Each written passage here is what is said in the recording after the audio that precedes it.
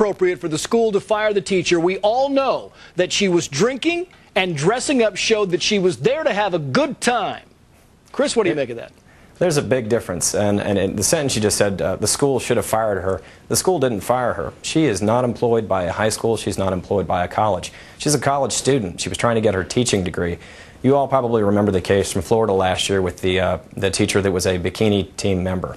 She was an active teacher. She was let go from her position because it was inappropriate to being a teacher. I'm buying that.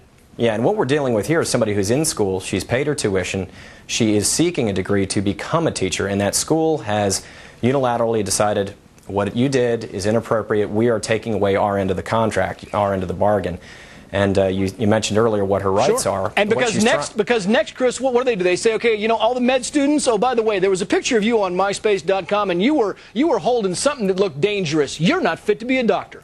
Right, and you know, there are two sides to this. I called my sister, who's a teacher, and my wife teaches as well, and they said, look, you become a mild public figure when you're a school teacher. You have 20 teenagers looking at you. You have to assume they're going to Google you. They're going to look for anything publicly available. It's a bad judgment call to do what she did, but the response is totally inappropriate. It is, and the bottom line is, I got about 20 seconds left, is I asked Stacy earlier, say you walk in and your student teacher, she's 25 years old and she's having a beer or a glass of wine with her husband, all of a sudden that's the same thing, right? If she's a bad example. I think that's a little bit different. You're talking about a controlled setting. The pirate hat makes it look a little bad. The Beastie Boys poster in the background doesn't help, but